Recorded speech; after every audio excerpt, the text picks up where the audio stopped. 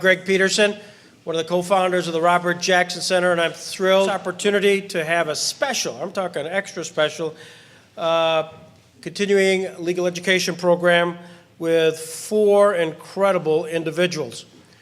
And as we go through the program, we will do a great deal of biographical deep dive as to the talents that we have here. But especially want to thank Judges Wolford and Villardo for taking special time off from Rochester, Buffalo to join us today, and thank you very much. This is great. Thank you. For those that are following the program, don't bother. We're not going to, it'll bear no relationship if you're looking at the schedule, what's really going to happen.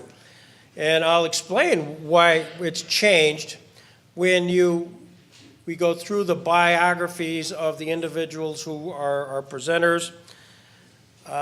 2 things come to mind. One is they're all rock stars, and I want to be able to share their talents and their biography with you. So we've changed up the procedure and the timing.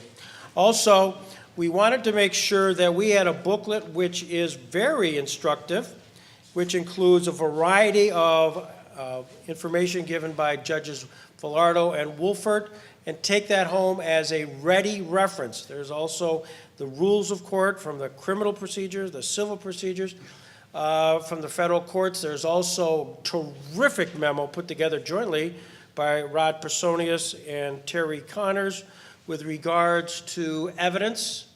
It's sort of an evidence law school class. And another reason why we're switching this up here as a non-litigator, there was so much information there that I didn't understand at all, that I thought it best that I try to pretend and fake it and go in another direction. So we're going to have a delightful day today as part of our continuing legal education program. Now, everybody knows Mary Keating from Phillips Lytle. Mary is the source. She's the person in between whom you must deal with to get your CLE credits, and I know you know that, so I will just, enough said there. This is being filmed and streamed out, so for those who have cell phones that ring a lot, might pause and take that to heart and at least go into airplane mode. I'll just tell you one quick story. We had a major C-SPAN moment, and I said this, everybody do this, and I, in fact, wonderfully went over and threw it over in the bag that was behind me, demonstrably showing that, in fact, I not only had turned it off, but I'd gotten rid of it. And by throwing it over into the bag, that process, it was an older phone, something, when it landed, it turned things on. Now, of course, during the C-SPAN moment of dealing with the Barnett sisters, we were doing an event, and all of a sudden, and I am mad saying, nobody listened to me. And then, of course, it dies off. So I kind of mentioned the fact afterwards, tongue-in-cheek, I don't know who did this, but shame on all of you, ho, ho, ho. Well, sure enough, my daughter, who was in the audience, Megan, comes up, and she goes, because the phone was still in the bag, she goes, and guess who she calls? My phone. Guess what goes on? My phone. Guess who's implicated? Me. What's my first response? I better call Terry Connors. So that was it, my cell phone. I'm going to call up Terry and Rod right now, and I'm going to have them sit on these 2 chairs here. Come join me, and we're going to have just an interview. And what we're doing is to learn a little bit about them. I know everybody who's in the audience and everybody who's watching this on film, if they can, watch them see if they can agree on what chairs to sit in. I just want to say, very nice. These are hotshot guys. But they're on TV all the time. And just to have them here is amazing, because I don't know. Ed, would you rather have them come down to them? Well, I just did the other mic. Okay. Just to get a chance to meet and greet. And I understand, and maybe, Terry, you can talk a little bit about the fact that, or maybe you don't want to, but 60 Minutes is actually part of your world coming up this Sunday. Yeah, I just assumed it wasn't part of my world. You know, you wait for that question your entire legal career. 60 Minutes is on the phone figuring it's going to further your ambitions, and then you realize that they're not calling you because it's a favorable story. So Sunday evening, they're going to do a story that's focused on the Roman Catholic Diocese of Buffalo. And it's not going to be a favorable story, but I can tell you that Bishop Malone, in an effort to sort of preempt the 60 Minutes story, appeared last evening with Don Postles on Channel 4. He sat with Don, he sat with Don for over an hour, and they took a 7 or 8 minute excerpt from it, which I thought was pretty well done, pretty fair. No softball questions, but it was pretty well done. And what 60 Minutes did was, when they learned that Don Postal was preempting their interview, they moved up the segment to show it this Sunday instead of 2 Sundays from now. They had planned to do it at a later date, but they weren't going to let any small town station preempt 60 Minutes. So it'll be on Sunday evening, I'm told. So tell me about Lou Alcindor. Well, I grew up in New York City. Went to high school in the Bronx, great high school, Fordham Prep, and a lot of really smart kids. I enjoyed it very much, but I was an athlete with aspirations to further a career in athletics. I was a basketball player and fortunate enough to make All-City one year and get a scholarship to Canisius College. But before I did that, we would play in our league a team called Power Memorial. I say in our league, they were so far out of our league, it was comical. But it was a wonderful and amazing experience because at that time, Kareem Abdul-Jabbar was Lou Alcindor. And you could tell from the moment you saw the grace and agility of that athlete that he was destined to be an amazing basketball player. And as it turned out, he is the highest scoring basketball player in the history of the National Basketball Association. All I can remember about Kareem Abdul-Jabbar, Lou Alcindor, was in my senior year, when we were within range of competing with them, he was 16 for 18 from the floor. That means he missed 2 shots the entire game. And the majority of those shots I can remember from this defense that we had adjusted to try to do something to counter his offense is that he would dunk the ball so many times it would go down through the hoop and hit me on the head. So about the 4th time after this happened, I just looked at the coach in desperation. Can't we devise something else that makes me look less foolish? But it was a great experience. It was a great experience and taught me a lot, taught me about persistence and taught me to hang in there even when the odds are stacked dramatically against you. So you got the scholarship offer from Canisius. Why did you accept Canisius? Well, there's 2 reasons. When I was being recruited to play basketball in college, I went to Fordham Prep, and Canisius came to Fordham University. And I looked at that, I met the coach, but the deciding factor was the terrific blue home road uniforms they had. I thought they were the coolest thing I ever saw. So I decided it looked like that would be for me. Reality is, it's a Jesuit school. I went to a Jesuit high school. It was in New York State. The drinking age was 18 at the time. But it was a good continuation of my high school academics because the program at Canisius College, I started as a Latin and Greek major, and I was in the Latin and Greek honors course when I was at Fordham Prep, so it was a logical extension for me. So, Rod, on your computer is, in fact, a picture of Terry Connors. Why is that? I just found that out today. I don't remember how long ago it was. Terry and I have been working together for a long, long time, and just out of the blue, 5 years ago, 8 years ago, whenever it was, I got this email from Terry, and I hit the attachment, and it was a picture of a young guy, good-looking guy, taking a jump shot, and the other fellow in the picture had power across the front of his jersey and had his arm outstretched, and this fellow's head was about at Terry's height, and it was Terry taking a jump shot against Lou Alcindor when they both played high school ball. So I've kept that. I've sent it to I could send it to any of you if you'd like, if you give me your email. But it's just an interesting piece of history. It's pretty amazing. Well, one interesting piece of history is that Kareem Abdul-Jabbar last year was the featured speaker at a lawyers' convention in Los Angeles, California. It was a program that was put on by a national organization. It was a terrific program, and why they corralled him, I don't know. But one of my friends was speaking in Los Angeles at the seminar. So I sent him out the picture that I have and I cherish with Kareem Abdul-Jabbar. He brought it up to him at the podium in a session when they were taking a break and had him sign it for me. So I was really, really impressed. It was a great thing. I got it back and I looked at it, and it looked like a kid had written it. It looked like I said, I bet you my friend just signed it and didn't do it.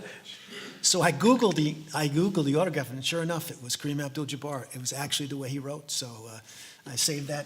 I can send you a copy. You can send me that too. Are you worried that he has on his main computer is your picture of you? I mean, does this concern you? I think it's probably a good idea, yes. He sends us a lot of work. So I've learned so much just on the source of all knowledge regarding both of you is Wikipedia.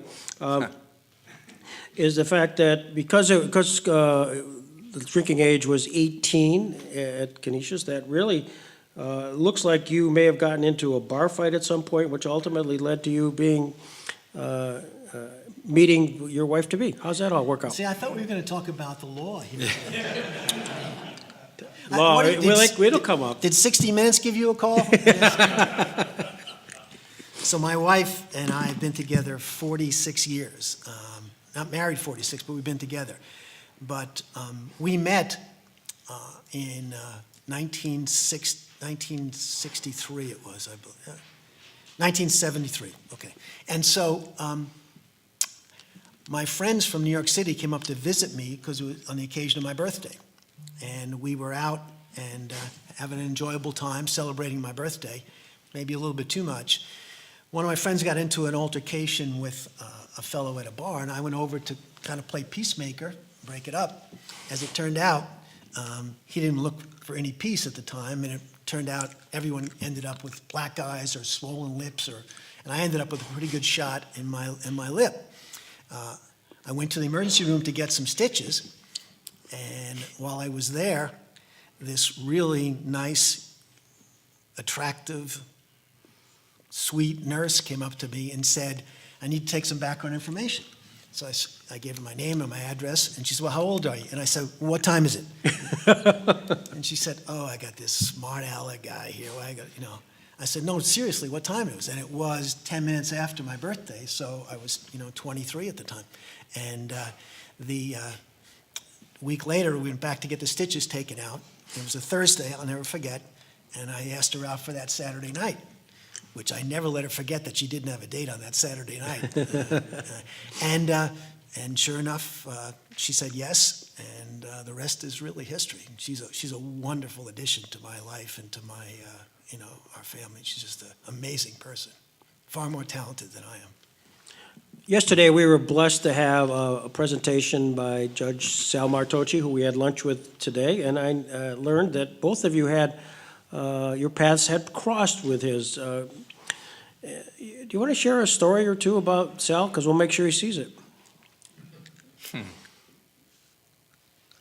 do you want to start, Rod? Because you were an underling of his, weren't you? Oh, I was. Attorney? Yeah. I got out of law school in 1976, and frankly, I couldn't find a job. I interviewed at Phillips Lytle, and they had no interest in. I was lucky I got through the door, but I just wasn't Phillips Lytle material. And we'll edit that out. It happened that my father-in-law was a lawyer who did criminal defense work in Buffalo, and I didn't appreciate at the time how great he was, but his name, for some of you old-timers, and I won't look at anybody when I say that, but his name was John Condon, and he was well-known in Western New York. So that's who I started out with, and John had this idea. John had a lot of original ideas, but his original idea was he was going to have a new office that was going to be an open space arrangement where you didn't have walls, you just had cubicles where the lawyers would be. And he had to fill up the office. So I had just begrudgingly said, okay, I'll start working for you. I'll work for you for a few months till I find a real job, and 6 years later is when I left there. But one of the lawyers who came in to fill one of those spaces was Judge Martocci, which is how I got to know him. And then a few years later, it was announced that he was going to become the next U.S. Attorney in Buffalo. That was in 1982. And I had gotten to be very good friends with his law clerk, whose name is Joe Guerra. Sale's first hire when he became U.S. Attorney was this Joe Guerra. Joe Guerra is still in the U.S. Attorney's office. I hate to say how many years later that is, but it's quite a few. Yeah. And Joe is now the first assistant. And as Sale was leaving the office, I went to him, and I had been carrying John Condon's bag for 6 years. Did a lot of trials with John, and but realized that all that I was known as in town was John Condon's son-in-law, and the only way I was going to get away from that is I had to get away from John. So I told Sale, if you ever have an opening, you're interested, I'd be happy to come and work for you. So Sale, as I now find out from lunch, went to Judge Villardo and said, I'd really like you to come and work for me. And Judge Villardo said, well, I've made a commitment that I'm going to start a firm with a good friend of mine, Terry Connors. And so Judge Villardo turned him down, and it was the next day that I got a call from Judge Martocci saying, Rod, I couldn't get Villardo, but I have an opening with you. So anyway, I worked with Sale for 6 years at the U.S. Attorney's Office, and it was a great experience. I can't say enough about the experience of, number one, being a prosecutor, and number two, getting to do that in federal court. There is a difference. We'll get into this probably a little bit more, but there is a difference in terms of the types of cases you handle as a federal prosecutor versus a state prosecutor. So it was a wonderful, wonderful experience. You were actually the chief of the financial crimes unit. What did that really mean? Probably not a lot. I think when I started working with Sale, he didn't hire based upon your political affiliation, but as everyone may know, he's a Republican. And he called me into his office shortly after I started working there, and he said, you know, I've hired this person, and we're putting together a very good office, but we've got an imbalance of Democrats and Republicans in the office. Would you consider changing your affiliation from Democrat to Republican?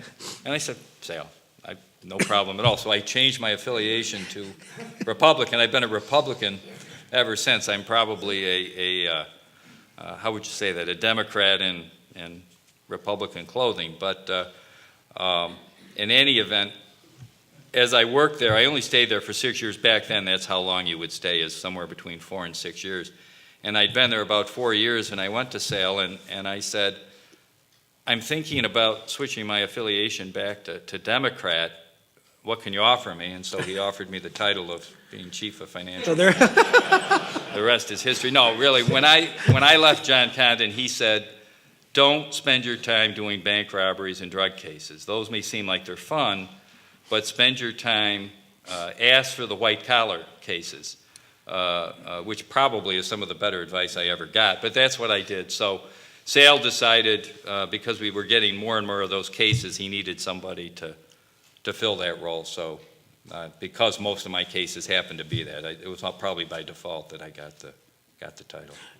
We learned today also that your paths maybe unwittingly crossed with his early on. With Sal? Yeah. Well, the best intersection of my path with Sal Martocci and Mary D. Martocci is when I hired their daughter, Amy. Amy went to Cornell and UB and came back. She was working in New York City, and she came back to her roots to practice here. We hired her. She worked with us for a while. She became, we're not a large firm. At the time, we were 13 lawyers. I think we may be 16 now. She was the first woman partner in our firm. And as I said earlier at lunch, she brought a certain essence to our firm as a perspective that she brought. And she brought a huge glue factor. She had the ability to hold people together. Unfortunately, she was we've had 4 judges come from our law firm, and she's one of them, and went to the bench in the Buffalo City Court, where she's terrific judge, and she certainly will be moving up. I'm quite certain of that. But yeah, that was a great intersection that I had with Sal, Mary D, and their family. And to this day, Amy remains a close friend of mine.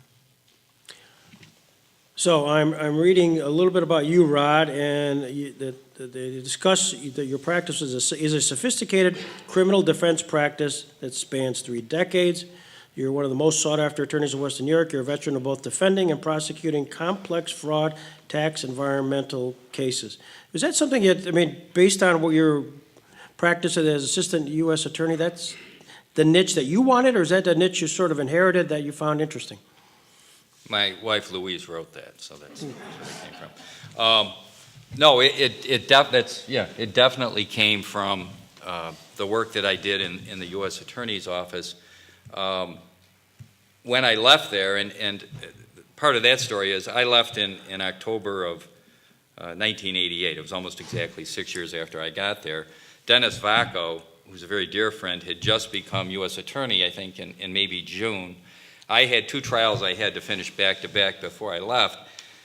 And Dennis, who was a very, very good administrator, I would later find out, by the end of that year had negotiated so that every assistant who was in his office got a 25% pay increase, which I didn't get.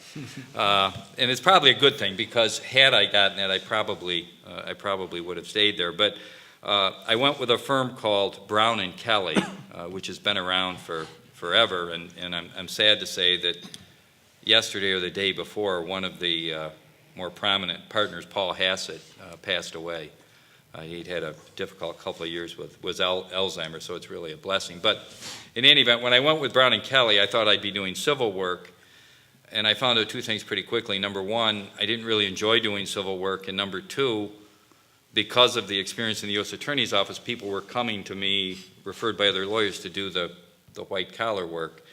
And so that's really how that came to be. It definitely was an absolute byproduct of having been in the U.S. Attorney's Office for those 6 years. The cases I handled, number 1, and number 2, most people have I don't know what the right word is, sorry, Judge Wolford, Judge Filardo, don't want to be in federal court. If they have a choice, they'd rather be in state court than federal court. So the fact that I was comfortable in that environment, I think probably had something to do with that as well. But it hasn't necessarily been the most lucrative living. It's comfortable, but it's not like doing personal injury work, but it certainly has been interesting.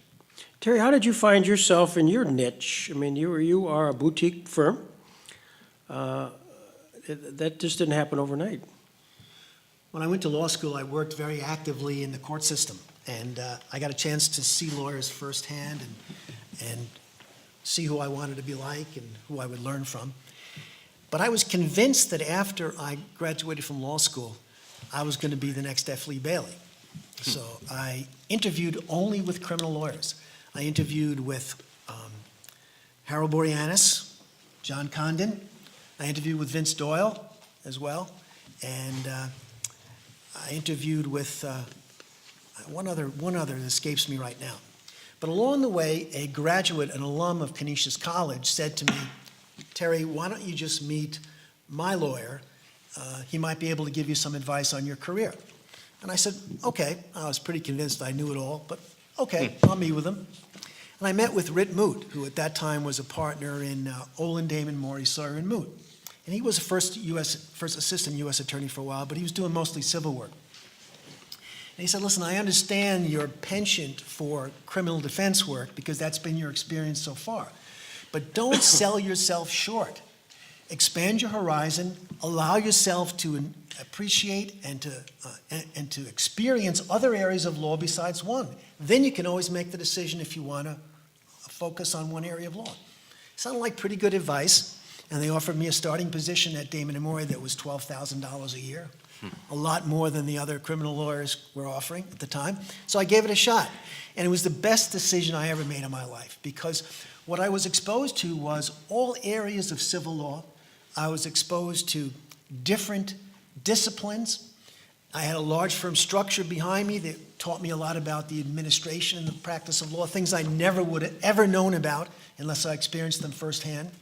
And I still got to carve out a little niche. I got to do some assigned counsel cases and things of that nature.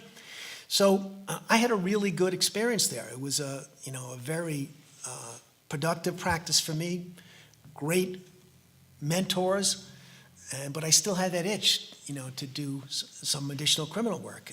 And eventually, Larry and I started the practice in 1986 as a boutique. That's what others called us, but it did all areas of litigation because I think of the experience that we had, that we could handle civil cases as well as criminal cases. And I found that to be incredibly interesting. And as I will tell you later on, there's no mystery to it. The rules of evidence are essentially the same. There are some that are specific to criminal law or specific to civil law, but basically you're dealing with rules of evidence that are fundamental to the trial of a lawsuit. So that's how it evolved into that kind of a practice, and it seems to have worked pretty well. If I could just tack on that, Greg, when I Sure. started with my former father-in-law, $6,500 a year. So, I got a raise to $8,000 after I passed the bar. But Wow. So there's an article here on you, Terry, that talks about one of your prized possessions in your office is a watercolor of swimmers standing by the side of a pool.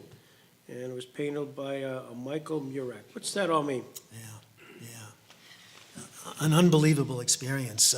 We got called by another lawyer to handle a case in which a young man who was an all-American diver at Wisconsin, he looked like Robert Redford. He had a great personality, just a wonderful kid, wonderful family. He had taken a break from college because he was such a good diver to roam the circuit on some of these trick diving performances. So he would go to various venues and perform with a group these amazing stunts. They were diving stunts. Some of them were just it would boggle your mind to see how someone could do that. He ended up in Fantasy Island in the early 1980s. And there was a problem when he was doing a dive called a dilly. It's where he would fool around with another diver on the board, and eventually they would end up in the swimming pool. Unfortunately, he did not. He ended up striking the back of his head on the side of the swimming pool, the edge of the swimming pool, and was immediately paralyzed.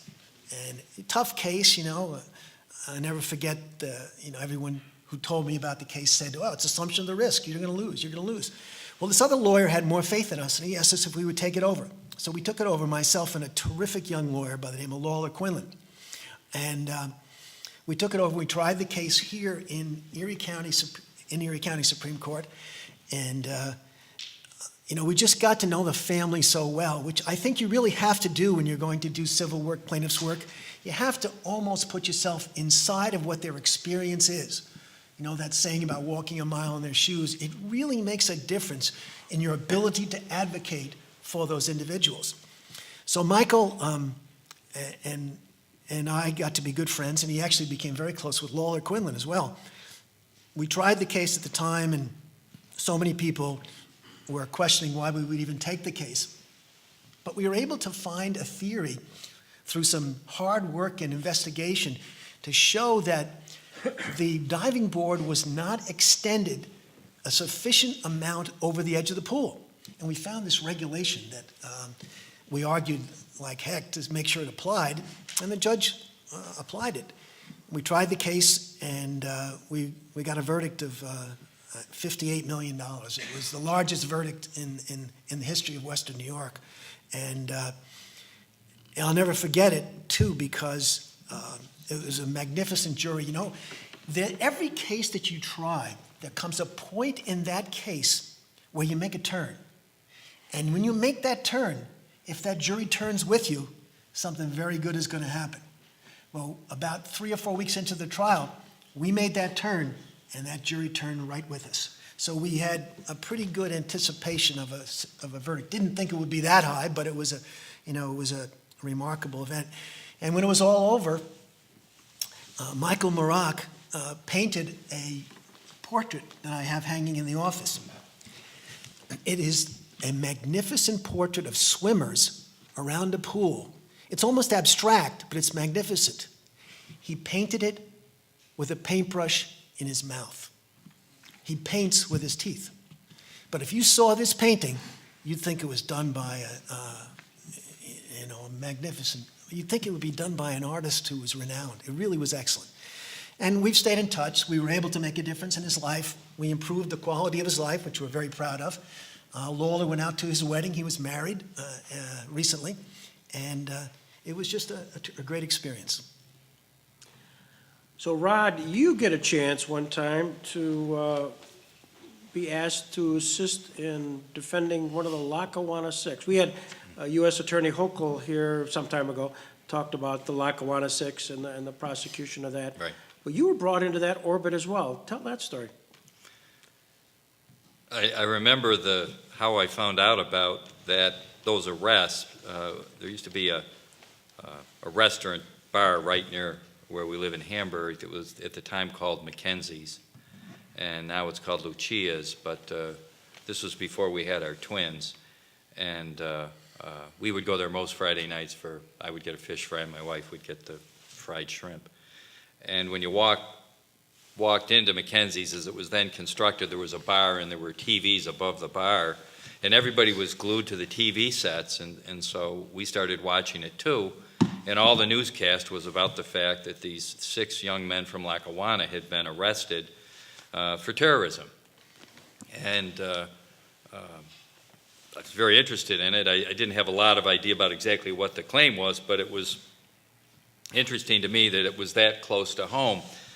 And as is my custom, unfortunately, the next day was Saturday, so I was at work, and I got a phone call, and it was from one of my colleagues, Jim Harrington, indicating they were looking for lawyers to represent these 6 men and would I take the case.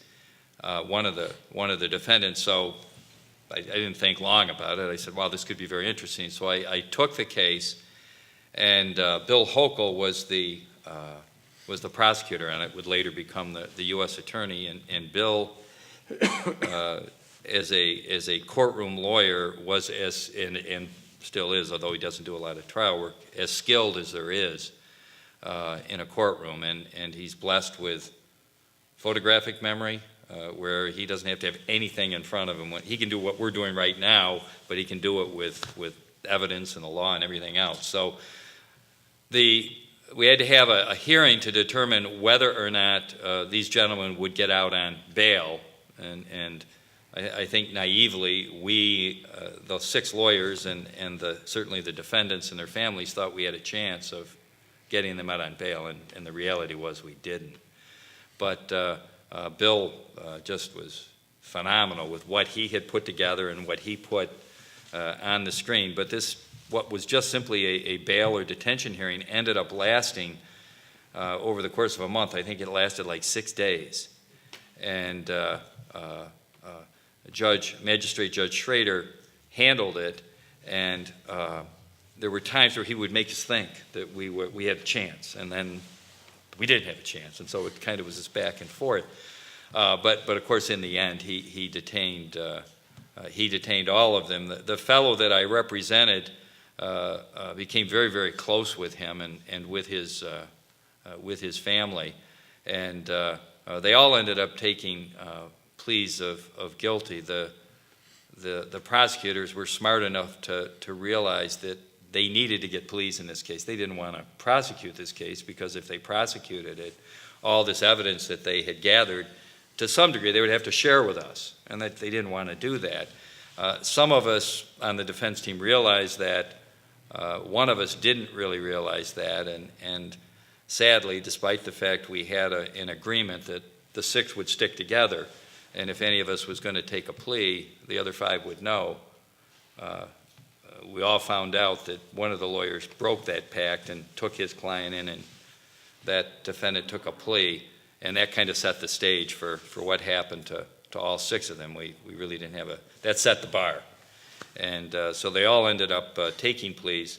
Our client's name was Yassine Taher, and after he had been, in some respects, a soccer star at Lackawanna. He's a very, very nice guy. And the story behind what happened to these guys, this isn't the time to get into it, but it's an absolutely remarkable story, though. How they got to Lackawanna, how they were recruited for that, what they did when they got there, how they tried to get out of there and they weren't allowed to leave, and just this was just an injustice, what had happened to them. Their greatest crime was when they came back, they lied about where they had been. That was the crime they committed. But in any event, when Yasin got out, the agent who handled this, who's now retired, his name was Ed Needham, and he was as fine a person and as good an agent as anybody that I ever met.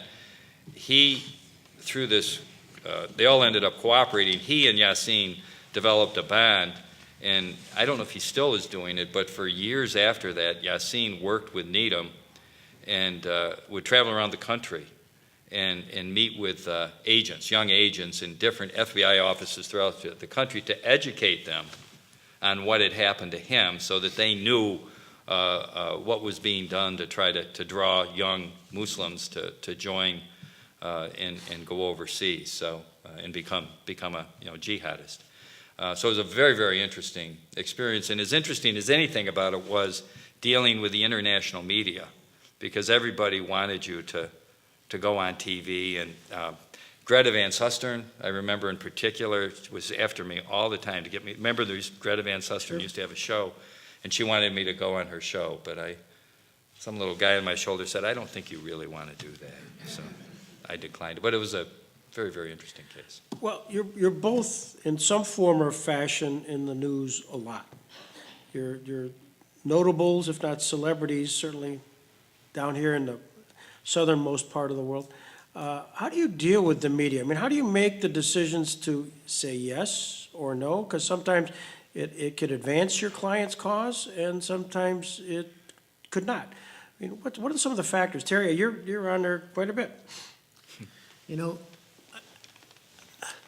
to me, there is only one criteria that you have to satisfy, and that's, is it good for the client? And that's the only thing I've ever considered. I don't think either Rod or I relish the opportunity to be, and it's not like it's that important to us as it is to some lawyers that we know. But does it advance the cause of your client? Listen, eventually there's going to be a jury drawn and there'll be a jury pool.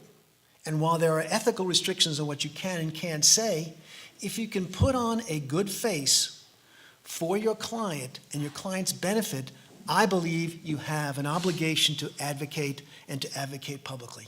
That's part of what we do. And so I don't shy away from it. I don't necessarily look for it. But I do think if there's an opportunity that can help get your client's story out, get some of his or her background out, that eventually puts it in a better posture for the actual trial, then I take advantage of it. But you, Rod, what are some of the factors you consider? In the end, it's exactly what Terry said. It has to be in the interest of your client. But in making that determination, what's always been one of the most critical deciding factors for me is who it is that's asking. And is it a Greta Van Susteren, who I know has an agenda and isn't looking out at all to help me? Or is it somebody I know and trust? And this isn't the time to get into personalities, but both in the print media and in the television media, whatever that's called, broadcasting media, there are reporters whom I know who are trustworthy, and there's other ones that I know who are not, and who have an agenda. And so that there are some on both those sides that I absolutely won't talk to because I just don't trust them. And then there are others that I know I can trust. And one way I know I can trust is there are media sources that contact me fairly often just to get information. And if I trust them and know that I can give them some information off the record that's not going to get on the record, that makes a big, big difference to me. And there are a handful that operate that way. There are others that don't, which is unfortunate. And then the other thing I've learned over the years, and John Condon, who in his day was in the media all the time, but one thing he taught me is Hold it, I heard a siren. Chuck, you're not throwing out any cards, are you? Yeah. Is, especially if it's, well, either way it works, because you find this out. You have to provide short responses, preferably no more than 10 words, because you never know what part of that response you give is going to get reported. You could give a 25-word response. They might use 5 of those words. That takes it completely out of context. So make it bang, bang, bang in terms of your responses so that you don't run into that trap where what you say gets taken out of context. Do you control the media to the extent, do you hand them kind of press releases or statements rather than have this in front of you where you got to think on your feet quickly, and you're very good at that, but something, all right, let me tell you, in anticipation that perhaps your verdict may be adverse, you say, well, here's my client's statement. Do you do that? You go first. I think it depends, actually, on the scenario, and it depends on the stage of the litigation. I have done both, but I don't really prepare a lot of press releases and send them out. What I will do, though, is if I have a conference with a media person and I find that I haven't really articulated what I want to articulate, I will follow up. And I'll follow up with an email or some type of communication to make sure that there's some clarification so that they know what it is that I mean and why I want to say it. But by and large, this is my hint, okay? If you notice in the media sound bites for lawyers, they almost never run the question. Never, almost never. It's so rare. So what I tell the people in my firm, what I've done is stay on your message. Keep your sound bites short and sweet, but say what you want.